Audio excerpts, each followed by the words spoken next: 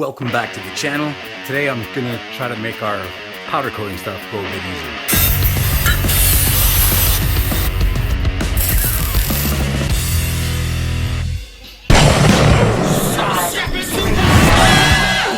Last video we accomplished a bunch of stuff. We powder coated these parts for samples and stuff.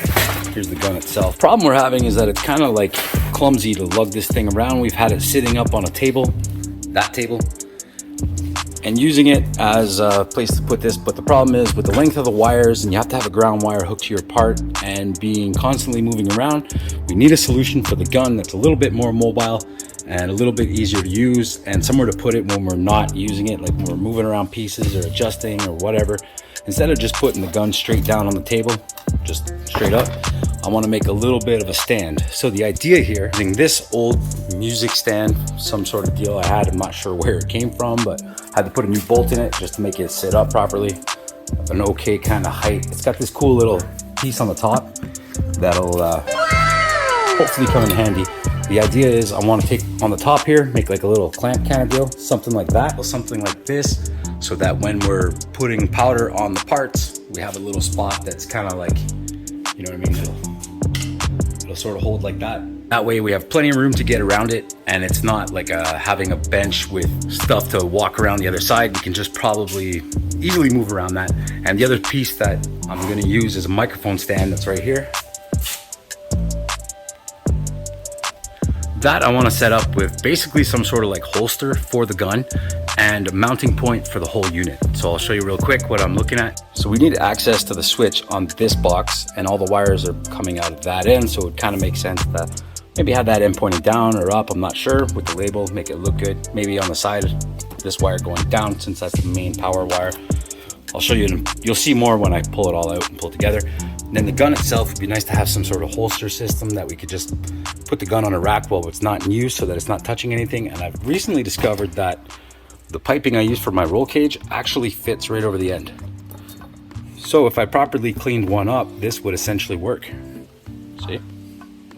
Now this is all just a couple ideas just to make things go easier in the shop as we progress our powder coating. Right now we're still like in early testing phases. We're trying stuff out, trying new colors, and just like airbrushing or most kind of paint and stuff like that, the colors, pigments seem to react differently, and sometimes it takes a little bit of a different technique to get it to line up right and cover properly.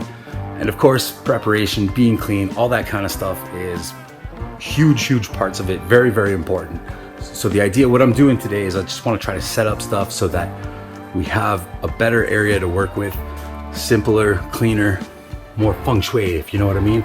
It's got to like, I want everything to be not a pain in the ass when we're working. So that's what I'm doing today, is trying to set up some sort of racks, some sort of holsters, some sort of thing that we can easily move around the shop. So I'm just going to get into it and probably explain a little bit as we're going, what's going on, what's up. So let's dig.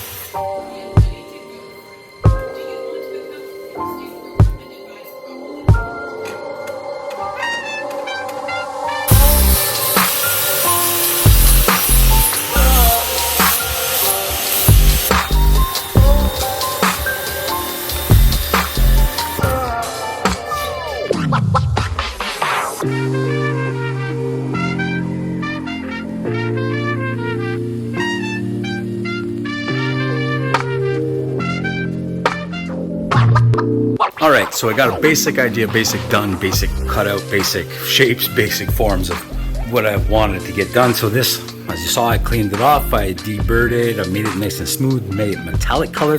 Now, I was thinking about not bothering to powder coat these parts, but Might as well, since it's for a powder coater, and I want to see what kind of effect that metal ground down like this will have. As you saw earlier on the previous video, that translucent blue is kind of crazy. I'm not going to use that because that's Steve's color he ordered for himself, that's rally blue. So I'm going to try maybe different colors on this, see what happens. I ordered the ruby red, and I use a lot of red colors, so maybe I'll throw red on here. I'm not sure exactly which one yet. Anyways, this, like I explained, is for the gun. Next piece of the puzzle, forgot to hit record. Next piece of the puzzle is this. X marks the spot where the plate hits. Down is, it's gonna face down when I weld it on. Probably be welded on something like so. And looking at it basically from upside down, if this were the bottom, because the wires hang off the bottom, gravity, you know, just makes life easy. Maybe we'll do it sideways, who knows.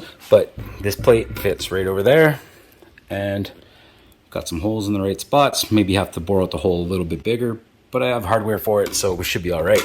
I can't just throw these straight up into the powder coat and let them do their thing. I also have other parts I want to do, so now let's move on to making the rack, since the basic gun holster idea, the basics are there.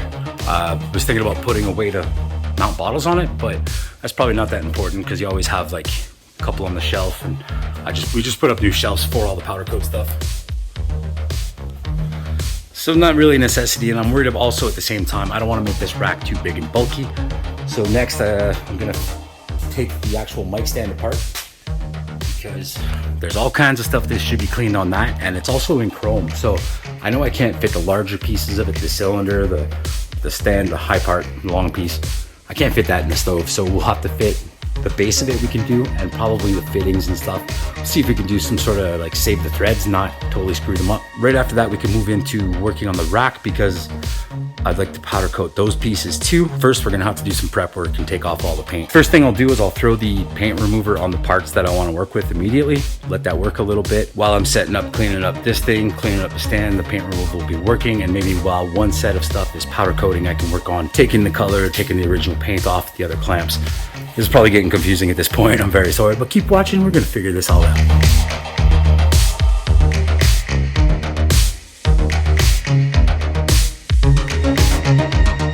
Alright, so now I'm gonna strip the paint off of this piece here, which is a swivel bracket point piece thing for this. I'm gonna have to chop and weld a little piece onto this to make it do what I want, but this is the basic, the metal parts. Got these little screws in here, plastic heads on them. I'm gonna leave those on for now so I can evenly apply the paint stripper onto it. This one has one as well. It's hard to see, but I'm gonna use those, and then we'll just put it here, let it dry for a bit as we work on the other stuff. So just get this stuff done real quick. Now you wanna put some gloves on, because it's basically acid. It'll probably ruin your day real fast. I only had one, unfortunately, so I'll just try to be careful with the other hand. Now this is Super Remover, new generation paint stripper and varnish, safe on wood, concrete, and metals. The strongest stripper without methylene chloride. I'm not sure what that means, but it sounds cool, right? It's got a gel kind of surface. It's gel kind of formula. It's not exactly like liquid, but so we'll put it in here. Get closer to the camera so you can see what it's like. Whoa, whoopee. We don't need a whole lot, we just need a bit. So put the cap back on, because you don't want to drop that and make a mess and spill it on the floor and ruin all your everything. Take this brush, get it nice and saturated. And like I said, I'm going to use this little bolt deal to hold the part in place. So we're going to be pretty generous with this stuff. Dab it on, let it sit. I'm not going to work too hard to get it on the inside of this clamp, because we won't see that. It'll be all colored and filled in and whatnot. So now we'll grab it like so. Get these pieces. Stuff stinks too. You should probably wear a mask. Same thing when you powder coat, you should wear a filter mask, because that's very toxic. And I don't know if you could see it in the previous video, but the stuff floats around, like it gets very airborne real easy. Alright, so we got that. And this one. I'm hoping these will be easy parts to clean. That's sometimes a battle, is getting down to the little tight areas, the little crevasses, whatever you want to call it. So we're supposed to let this sit for a good 15-20 minutes. We'll do just that as we move over to the original mic stand, strip it down, and get it ready to be. The base of the microphone stand is actually a metal plate with little feet in it. Yes, it's very dirty. It's been sitting in storage forever. So I haven't used it in years. It's all cobwebbed up and everything. And this is gonna be useless to paint or powder coat because we're not gonna see it at all. It has a chrome cover, and you can see after the years of abuse, it's not exactly chrome anymore. I was kind of hoping to play with that chrome and see what we could do, see if the finish would be kind of cool on there. So I'll try to clean it up a bit, but this I'm pretty sure I'm gonna have to take the flap disc to it and just ground off all that crap, but we'll try it out.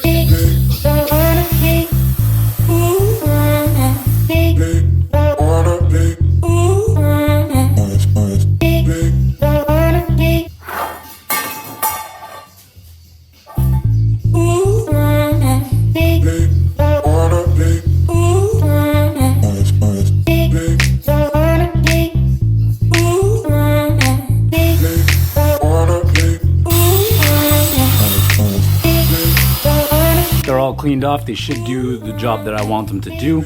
It's not perfectly clean, a little tight to get to, but it is just going to be a tool. Basically, this is another part of the test, so I'm not too concerned about having perfection.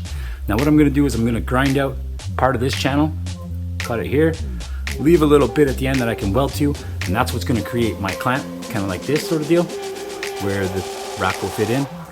So I'm going to grind that off real quick, and then I'm just going to weld a piece on the top, clean it up again, and we should be ready to start powder coating some stuff, and then we could do a little final assembly after.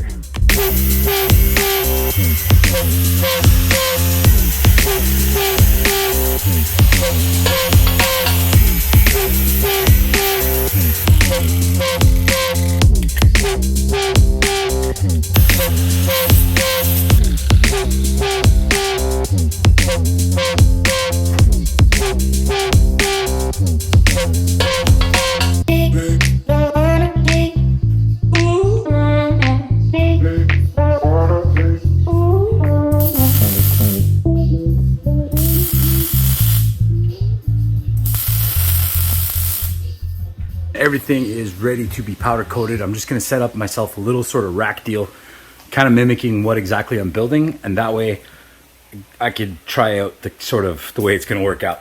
So let's take a look at the parts here. There's the clamp. As you can see, there's a gap that the rack should fit in there, hopefully.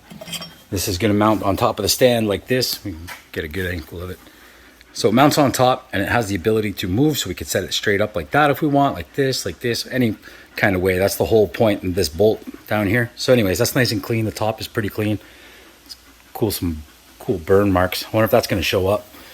So I got that. I'm going to have to clean off this rack so we can get a good ground, like I explained earlier. This is somewhat cleaned up with that chrome surface. Might be kind of cool. And these are the other components. So first I'm going to make a little piece that mounts to this that I can use for holding the rack. Let me show you. These are the two pieces I'm using.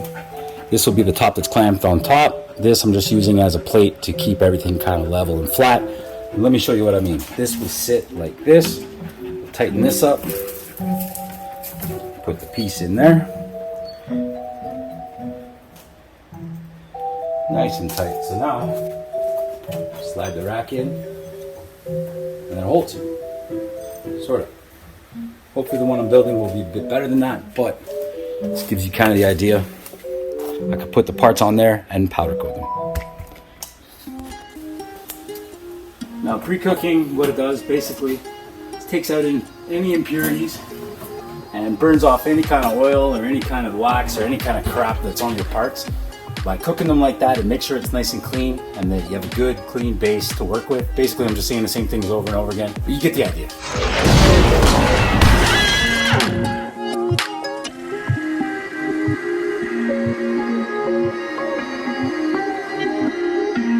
All right, so I'm gonna let these parts cool off, and in the meantime, I'm gonna start setting up the gun, getting everything ready, because next step is to throw some powder on it. I haven't used yellow yet. I figured it's a good time to try it out because number one, yellow is probably not a common color we're gonna use. Not a lot of people are down with that, I don't think. I'm not really either. It's not my favorite color, but I've had some ideas for this color to do certain things. So I'm gonna try out the yellow on it, and the other cool thing about the yellow is that like inside the shop, there's a lot of stuff that's yellow, you know, like the shop vac and a generator and a bunch of other stuff. The hose for the gun is yellow. Anyways, I didn't want to do a blue because blue is Steve's color, and I'm gonna save that for his stuff. So I'm gonna try this out, and the other reason for having a yellow might be kind of cool is that yellow is really bright, so hopefully we'll see the stand sitting on the floor and not walk into it and not dump everything all over the floor. In order to get all these parts kind of cleaned up and powder coated evenly, because they're so small and their chances are it's gonna fall through the grate if I just let a piece like this or this sit there, I'm gonna hang a lot of these parts, and hopefully that will solve the problem. This big piece will stay on top. I'm gonna hang this, probably this too, because of the way it'll be probably better. This I'll definitely hang, and that as well. So I'm gonna get to work doing that and then throw some powder on. I've never done this before. The last few times it's been Steve in control of the gun. So this is kind of like, you know, taking the plunge and popping the cherry, getting her done.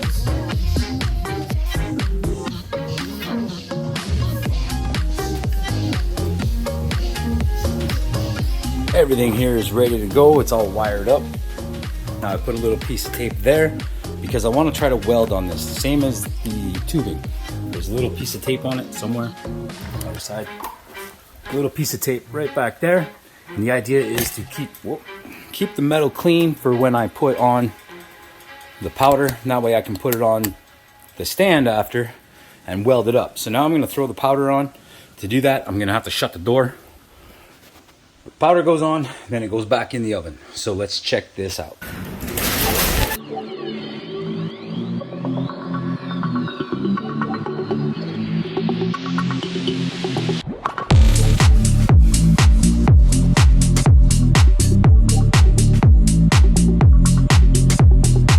It's all good. That's ready to stuck in this thing. So that's all good. We're gonna let that sit in the oven until it flows, until it glazes over.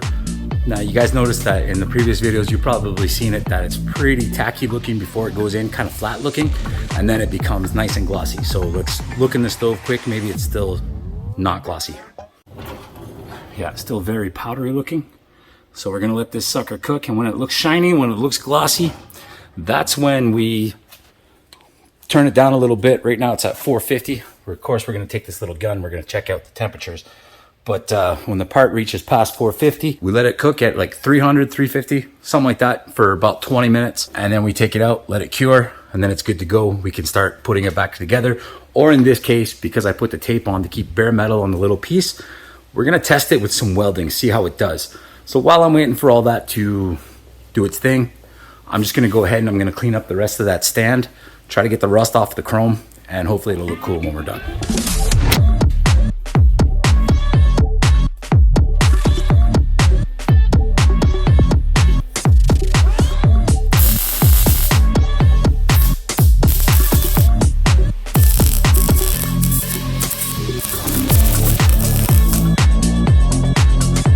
Well, whatever that material was, probably shouldn't have welded it, but anyway, it smelled funny, didn't weld very good, and it didn't even activate the quick thingy on the mask, so now I'm seeing spots.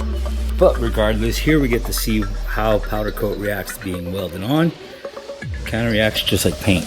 Now it's hard to see, but I think in there maybe it lifted up a little bit. But anyways, it's still gonna serve its function. Hopefully I got the spot where the holes are pretty good. So now we can just kind of put this together. The dome piece goes on top of here. I'm just gonna drop a little bit of gasket maker inside there so it keeps it kind of like from floating around.